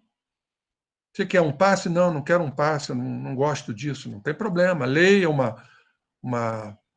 um trecho de autoajuda, ou nem precisa ler um trecho de autoajuda, as palavras, como diz o velho ditado, as palavras convencem, é o que você está emanando dos seus olhos, a sua energia psíquica, espiritual, e o que você está na sua frequência da sua voz, que cumpre uma frequência, na ordem de mais ou menos 300 metros por segundo, palavras doces, palavras tranquilas, palavras pacíficas. Isso significa trabalhar a parte espiritual, independentemente da parte religiosa. É o que a medicina hoje espiritual vem fazendo. Não só no Brasil. Nos Estados Unidos, por exemplo, eles trabalham muito essa questão da fé, sejam elas levadas por pastores, por padres, que você vai, em verdade, ali presente levar àquele enfermo, que mesmo que esteja numa fase terminal, o espírito ainda não se desvinculou da matéria. Está num estado de emancipação da alma. O espírito vai captar todo o seu desejo, toda a sua boa vontade, a prece, a oração que nem precisa ser verbalizada, ela pode ser mental. O amor não tem religião.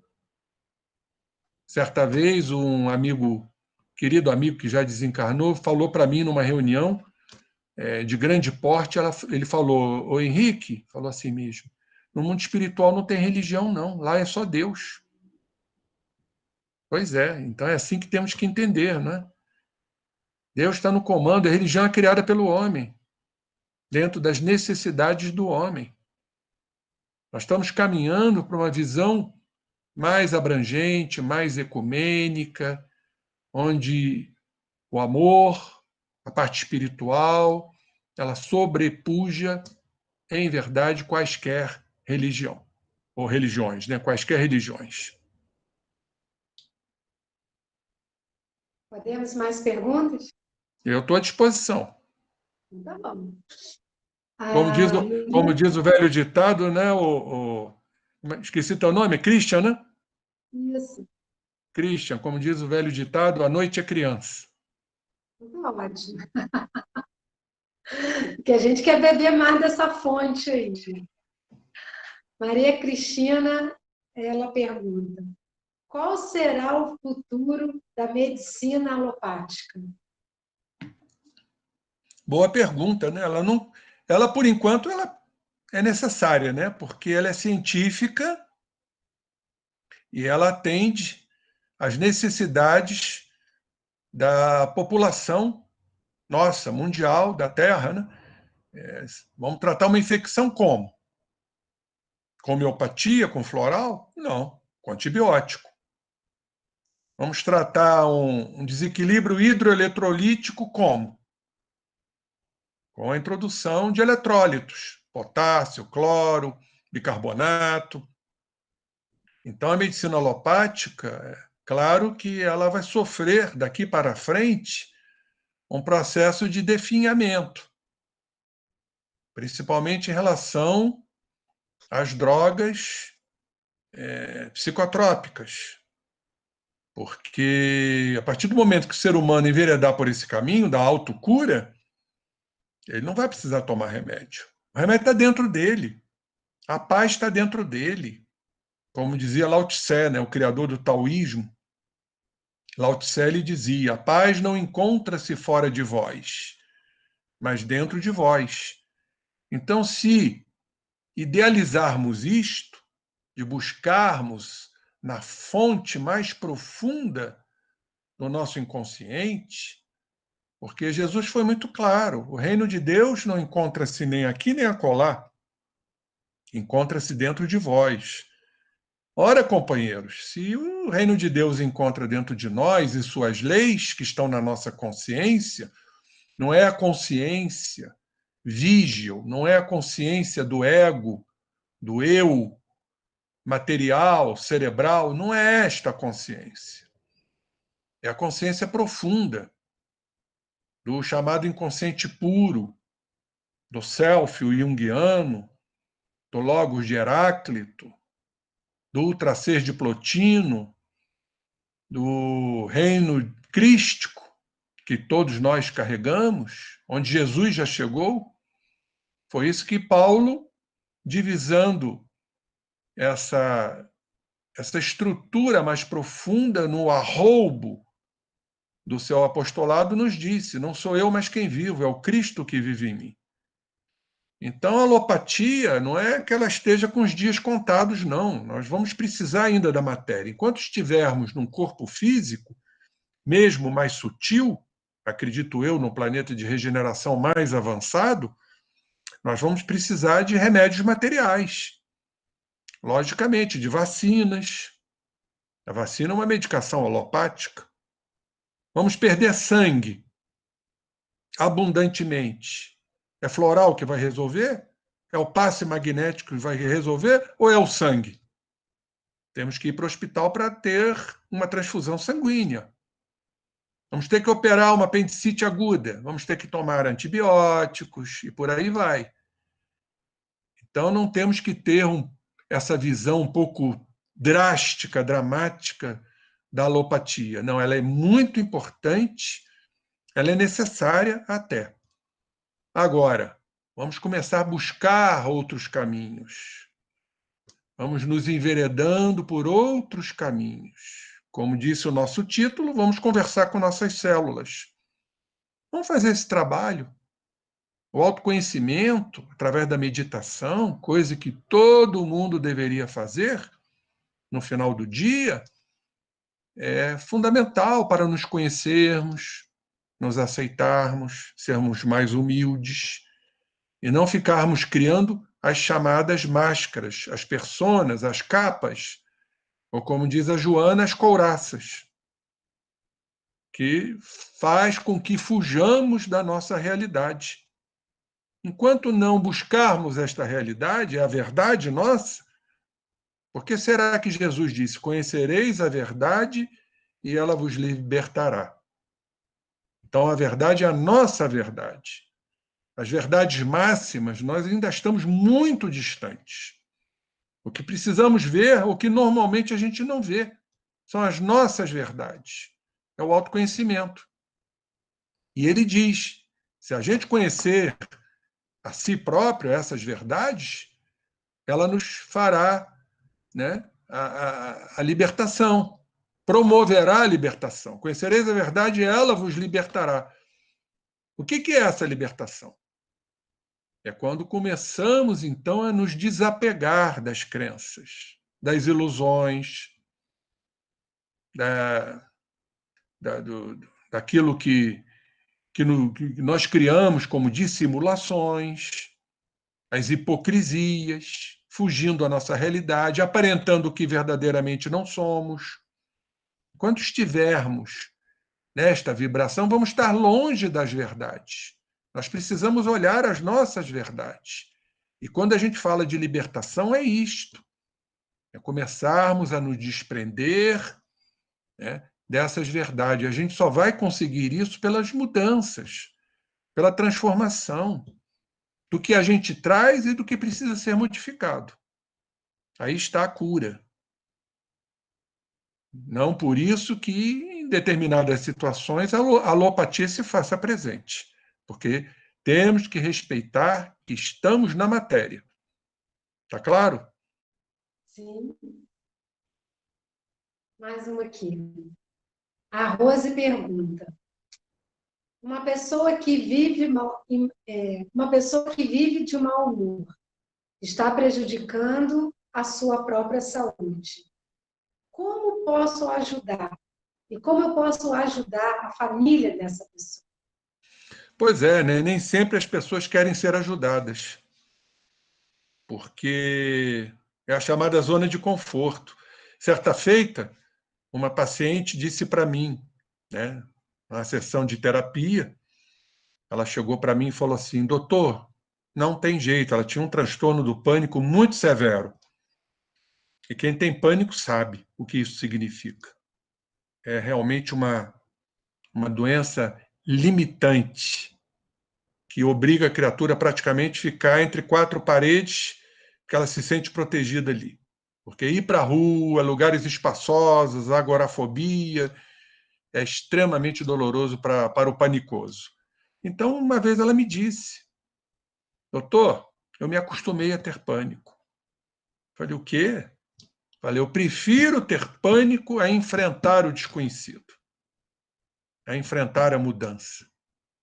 Então, ela não queria ter esforço. Então, é complicado isso, né? A criatura, quando não quer ser ajudada, não adianta fazer milagres, até porque milagre não existe. O que a gente pode fazer é orar, levar o nome para a irradiação, sem a pessoa saber, de repente, uma água fluidificada para ela tomar, e dar a nossa contribuição, independentemente se a pessoa vai querer ou não, ou se a família vai querer ou não. Uma pessoa com mau humor, a distimia, né, é um quadro depressivo praticamente, né? Então, tudo ela não vê satisfação, não vê sentido pela vida, é pessimista, baixa autoestima, não acredita nas coisas, tem medo das coisas. porque o medo está na base de todo esse processo, não acredita em si próprio, se sente fracassada, se sente impotente, incapaz, com muitos sentimentos de culpa. Então é difícil reverter isso. Ela não queria, em verdade, estar em nenhum lugar, porque ela tem um distúrbio da afetividade. O mau humor é um distúrbio da afetividade. Então ela vive mal com ela própria praticamente 24 horas por dia. Provavelmente, quando está emancipada do corpo, deve viver a mesma situação. Então lhe falta uma estruturação psicológica, porque sabemos que muito, e o Chico Xavier foi muito claro, né? Ele nos diz que a vida nem sempre segue o nosso querer, mas a vida é perfeita naquilo que tem que ser. O problema é que nós não aceitamos isso. A gente quer que a vida seja da forma que a gente quer. Então tudo incomoda, porque tudo a contraria. Olha aí a arrogância, a prepotência que está por trás disso. Daí esse grau de insatisfação. Então, muitas vezes, levantar essa criatura para uma nova proposta libertadora, olha a verdade aí, é realmente complicado, porque ela não está, muitas vezes, pela sua infantilidade emocional, psíquica, espiritual, preparada para isso. Mas a isso não exime a gente de tentar ajudar. Sabemos a importância dos recursos que a doutrina espírita nos confere. É não desistirmos, porque tudo isso ficará impresso no psiquismo, no perispírito desta criatura para o futuro. A nossa ajuda nunca é perdida. Um dia ela vai se esclarecer. Puxa, aquele meu amigo falou aquilo, ele tinha razão. E, ademais, se não for nessa existência, será no mundo espiritual, será em outras existências. Isso pouco importa. Nós estamos sempre indo e vindo. É como se você fosse sair de casa e fosse na casa de um vizinho e depois voltar. Porque tempo é relativo, já dizia Einstein. Tempo e espaço são relativos. O tempo, para nós, é moroso, porque a nossa condição espiritual é morosa, é lenta. A partir do momento que vamos evoluindo, vamos melhorando, esse tempo vai diminuindo. Por isso somos os trabalhadores do quê? Da última hora.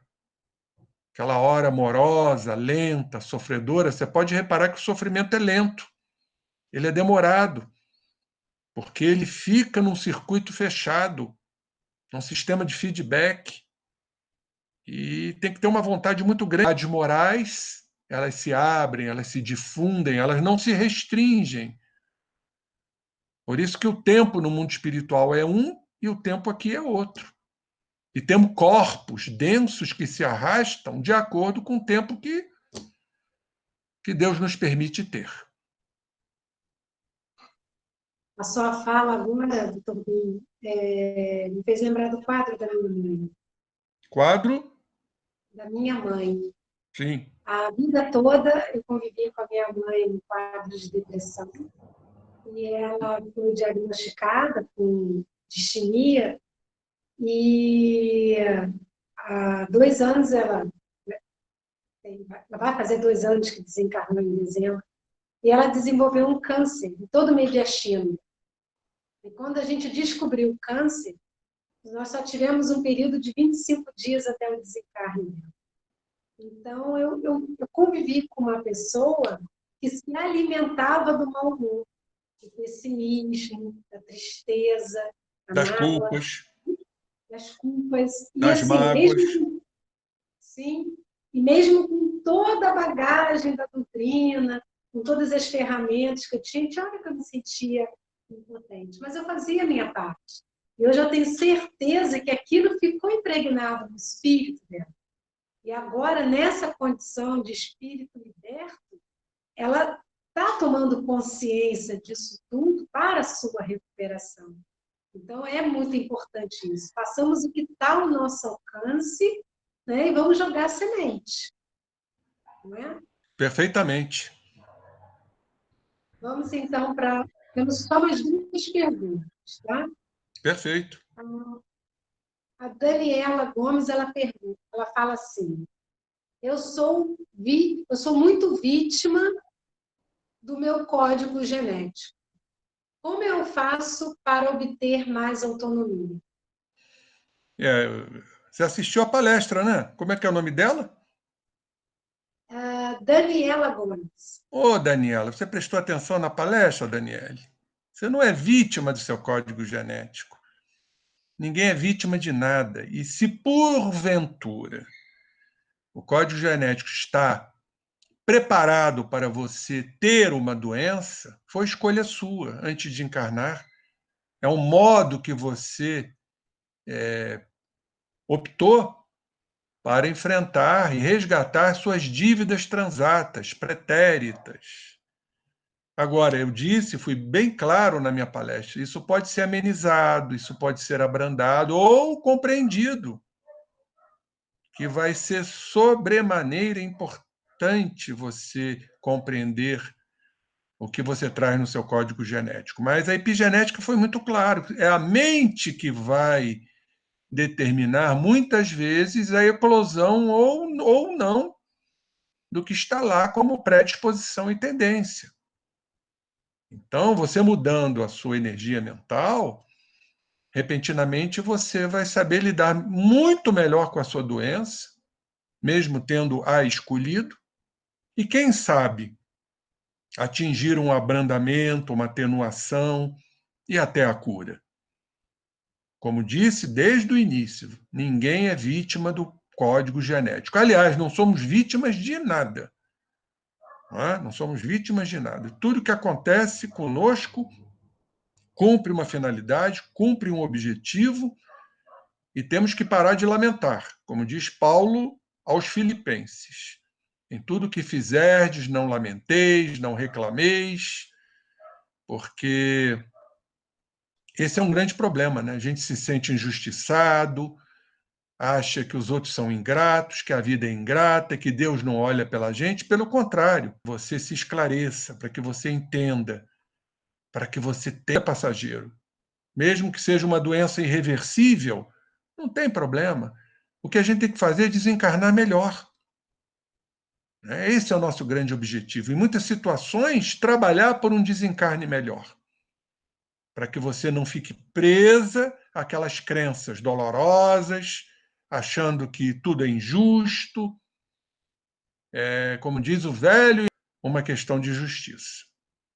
Então, diante do que você está aí passando, não se sinta vítima, se sinta responsável e procure mudar seu aspecto mental e sua compreensão para o seu bem. Agora, a nossa última pergunta, de uma pessoa muito querida nossa, a Cristiane Ribeiro. Ela fala assim: estou em tratamento de um câncer e fiquei muito feliz com sua palestra, pois me traz a esperança de que vou conseguir modificar as formas dos meus pensamentos, pois já me enxerguei muito tensa e controladora. Gostaria de saber, na sua opinião, o que ainda posso fazer para melhorar mais o meu padrão vibracional? Você usou uma palavra-chave aí nessa sua explanação. Como é seu nome? Cristiane, né? Cristiane. Cristiane, você usou uma palavra-chave aí, que quando a gente tem já uma certa experiência das doenças mentais, psíquicas, né? De uma larga experiência na travessia que me compete, né? Atravessar, caminhar, a gente vai pegando, né, a chamada cancha. Cancha quer dizer experiência. Então, dentro dessa experiência, eu usou uma palavra que ressoou aos meus ouvidos. A palavra controle. Controle talvez seja o seu grande desafio. Porque o indivíduo controlador é o indivíduo que quer que tudo funcione dentro do estabelecido por ele. Porque controle é apego. E como diz o Pierre Weil, um grande educador francês, o apego leva ao medo de você perder aquilo que você se apega, e por isso você controla, E o medo leva ao estresse. Ansiedade, estresse, depressão, nervosismo, angústia, inquietação. Isso tudo, na verdade, são sinônimos. E todo esse processo reforça o controle e o apego. Então, aquilo que você controla, quando aquilo começa a se esvair entre os seus dedos, vem o desespero. Ou você se sente culpada por não conseguir controlar, vem a menos-valia, baixa autoestima, sentimento de fracasso, de derrota, de incompetência, de incapacidade. Ou você transfere por um processo de projeção para o outro. Então, o outro é culpado e você se sente vítima. E isso caracterizaria a mágoa. A mágoa, ressentimento, melindre, seja o que for. Como diz o velho ditado, a mágoa é a extensão da tua culpa no outro. O outro passa a ser culpado da sua desdita, do seu infortúnio, até do seu câncer. Enfim, então, são esses fatores emocionais que certamente ativaram o seu código genético, que já deveria trazer ou não uma predisposição, mas você agrediu as suas células. Provavelmente, o proto-oncogene fez uma mutação para uma célula tumoral chamada oncogene. O sistema imunológico ligado ao sistema emocional completou esse ciclo, é o tripé de sustentação, e o cancro, que é o tumor, apareceu. Então, certamente, e quando a gente fala de sistema imunológico, a gente fala do sistema emocional. Quando a gente fala de emoções, a gente está falando de culpa, a gente está falando de mágoa, tudo isso que eu relatei para você. Então, fechou o cerco. Então, o que você tem que trabalhar psicologicamente, muitas vezes com auxílio psicoterapêutico, é essa questão do controle. De achar que tem que controlar tudo, controlar a vida, controlar os outros, porque, no fundo, você quer que tudo se enquadre, tudo se insira na sua condição de ser e de querer. Então, é começar a se libertar disso. Isso chama-se exatamente trabalho de humildade. Humildade vem do latim humus, que quer dizer terra. Reconhecer a sua condição terrena. Reconhecer suas condições de falibilidade. Somos falíveis. Nem tudo serão vitórias. A não repetir, ou a repetir menos. E nós vamos, nesse roldão, evoluindo. Porque é assim que acontece. Se a gente virasse santo da noite para o dia, qual seria a graça da existência? A gente, dentro do nosso imediatismo, que está ligado ao controle, a gente quer tudo para ontem. Isso é ansiedade, sofre antes do tempo. Então, certamente, o teu câncer pode trazer, ou pode ter trazido aspectos de vida passada? Pode. Mas não podemos esquecer do dia agora, do dia de hoje, do que estamos, qual o caminho que estamos trilhando, do desequilíbrio emocional ou do equilíbrio. Então, isso é que tem que ser entendido nos processos cancerígenos. Os quadros de câncer que eu já vi até hoje, e eu tenho simplesmente 44 anos de formado, todos estão atrelados a questões emocionais, indiscutivelmente.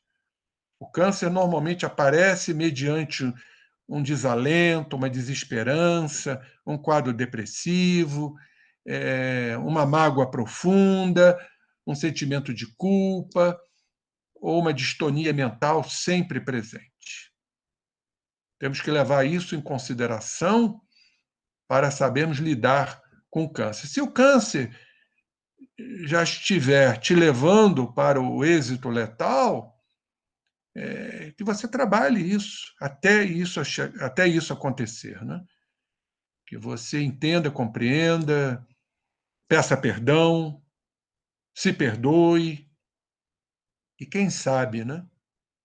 as mãos diáfanas de Deus, de Jesus, da espiritualidade, não vão te dar uma moratória, por exemplo, como aconteceu comigo em 2004. Eu tive um câncer gravíssimo. Todo mundo já estava orando por mim. E estou eu aqui. Sabe por quê?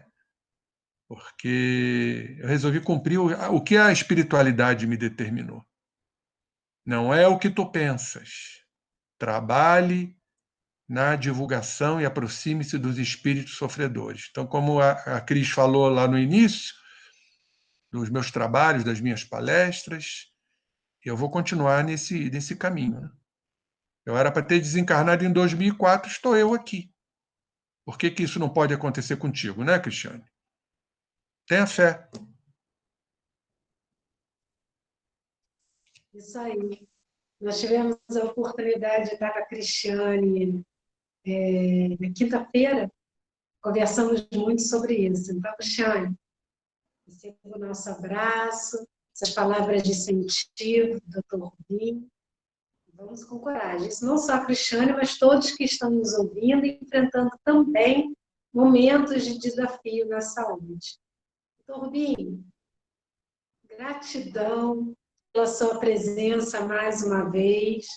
Fica o convite para voltar, para achar um horáriozinho nessa sua agenda superlotada e aquele pedido para um seminário, para poder ter mais tempo, para poder nos alimentar dessa fonte aí de conhecimento, de esclarecimento. Por favor, as suas considerações finais. Minhas considerações são só de agradecimento, de gratidão, porque o aprendizado é geral, não só vocês estão aprendendo, como eu também, e eu vou continuar na minha caminhada. Vamos combinar, sim, a hora que vocês pretenderem, um seminário mais longo. Eu vou fazer um agora, lá para Cascavel, de 4 horas de seminário live. A pessoa perguntou se eu vou aguentar. Eu falei, aguento, sim. A gente pode dar um intervalo, tomar um cafezinho, tomar uma água. E eu vou falar sobre a ansiedade como causa de acidente vascular cerebral, segundo André Luiz, correlacionando o AVC com a ansiedade. Está lá muito claro no livro Missionários da Luz, é um trecho do livro, que a ansiedade pode levar a um quadro de AVC. Eu gosto muito da obra de André Luiz, até porque sou médico, né? Embora a doutrina seja a base de tudo. Então vamos combinar, sim, tema, e para quando vocês quiserem eu estar aqui contribuindo e podendo ajudar todos que me ouvirem e trocarmos apreciações tão importantes como essas agora, depois da palestra. Agradeço, um bom final de domingo para todos, que Jesus esteja em todos os nossos corações, cada vez nos animando em momentos de aflições. E termino com uma frase que sempre me emociona.